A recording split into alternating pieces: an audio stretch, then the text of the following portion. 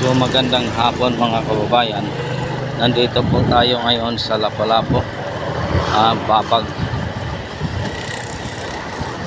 Lapu-Lapu City mga kababayan. So by the way, papunta po tayo ng airport. May papunta po tayo ng ngayon doon. Nandito ang galing pa Istanbul.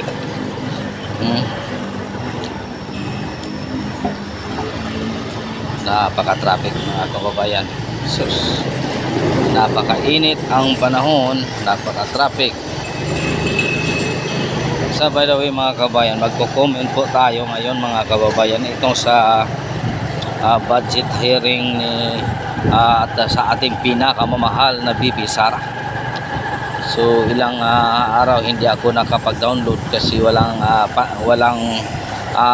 pambili ng load mga kababayan. Wala talaga. So mabuti naman kayo kung mayroong magbigay na sponsor sa akin.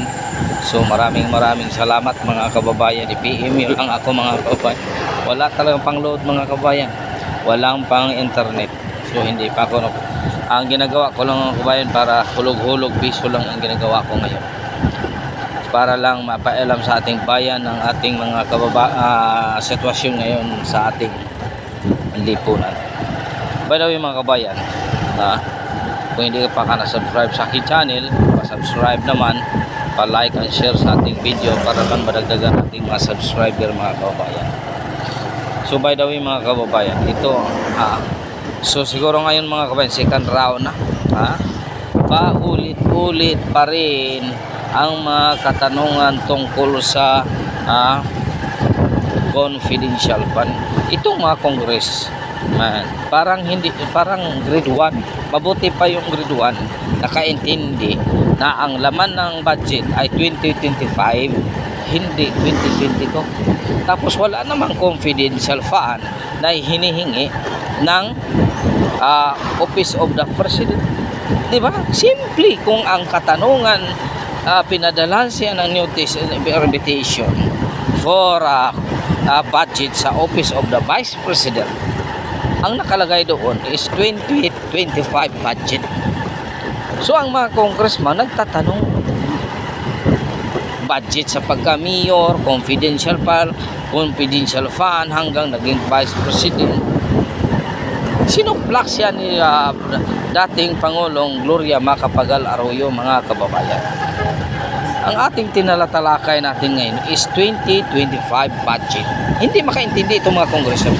Pinagpilitan talaga nila idiin ang Vice President para masira. Hindi kayo makasisira mga kababayan. Kahit na ngayon na mainit ngayon ang Davao, yun ang totoo.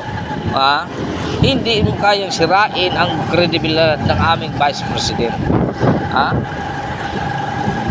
Hindi nyo nga kinwestiyon na gumastos ang gobyerno ninyo ng 1.4 billion kada araw, pero ganun pa rin, baha pa rin.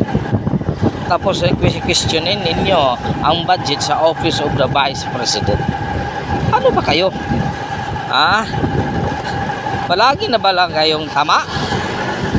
Palagi naman ganyan ba ang tama nyo? Hindi makaintindi. Ito naman si Castro, ganon pa rin. Ito siyang isa na si Congressman Chua, ganon pa rin. Ano ba? Congressman Chua, parang kinder ka, hindi ka makaintindi nga ang dinatanong ngayon is 2025 deliberation budget. Tapos ngayon magtatanong ka ng 2019. Ano ba? Ano ba talagang totoo sa inyo? Magbibigay ka ng budget o hindi? Ang tinalatalakay, may invitation from the camera na dumating upang talatalakay ang 2025 budget. Anong line item ngayon? Doon. Mayroon nakalagay na line item. Bakit hindi nyo tintalakay? 20. Ang tinalatalakay ninyo is confidential fund. Mga bugok itong mga congressman na ito. Mga bugok. Bugok talaga. Wala na bang, kasi hindi nyo masisira ang kredibilidad ng aming Vice President. Tuloy ang baho ninyo nauungkat. Nauungkat ang baho ninyo tuloy. Kasi hindi nyo kayang patahumbahin ang aming Vice Presidente. Kayo pa ang tumaog. Di ba? Ano ba kayo? Ang hina talaga ng utak. Sinasabi pa sa inyo. Bakit mo tutugisin ang Vice President? Siya ang ikapangalawang Pangulo ng ating bansa. Ilan lang ang boto ninyo? 26,000, 36,000, 100,000. Samantala ang boto ng Vice President is 32 million. Tapos ganun ninyo, wala kayong respeto sa aming Vice President. Gusto niyo kayong respetuhin. Bisan ito pa si Stella Kimbo. Sinasabihan pa na kailangan ganyang kasi mga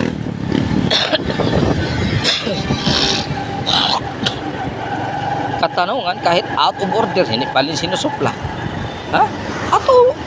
Totoo, sabi ni Gloria Macapagal, out of order. Wala sa katanungan ang binabasa ni Chua tungkol sa budget sa deliberation sa Office of the Vice President. Out of order ka talaga. Hindi ka ba nahihiya, Chua? Hindi ka ba nahihiya dyan? Tinatalakay mo na wala sa listahan na nire-request ng Office of the Vice President. Ano ka ba naman? Para ka ng mga asong umiyak-iyak dyan. So by the way mga kababayan, so maraming salamat sa inyong suporta mga kababayan. Hanggang dito na lang po mga kababayan. Dito po tayo sa Mactan Barangay Hall. Mactan Barangay Hall So papunta pa tayong MCIE, Mactan Cebu International Airport Authority. Punta tayo doon. May kailangan tayo doon mga kababayan. Maraming salamat. God is good all the time. All the time, God is good.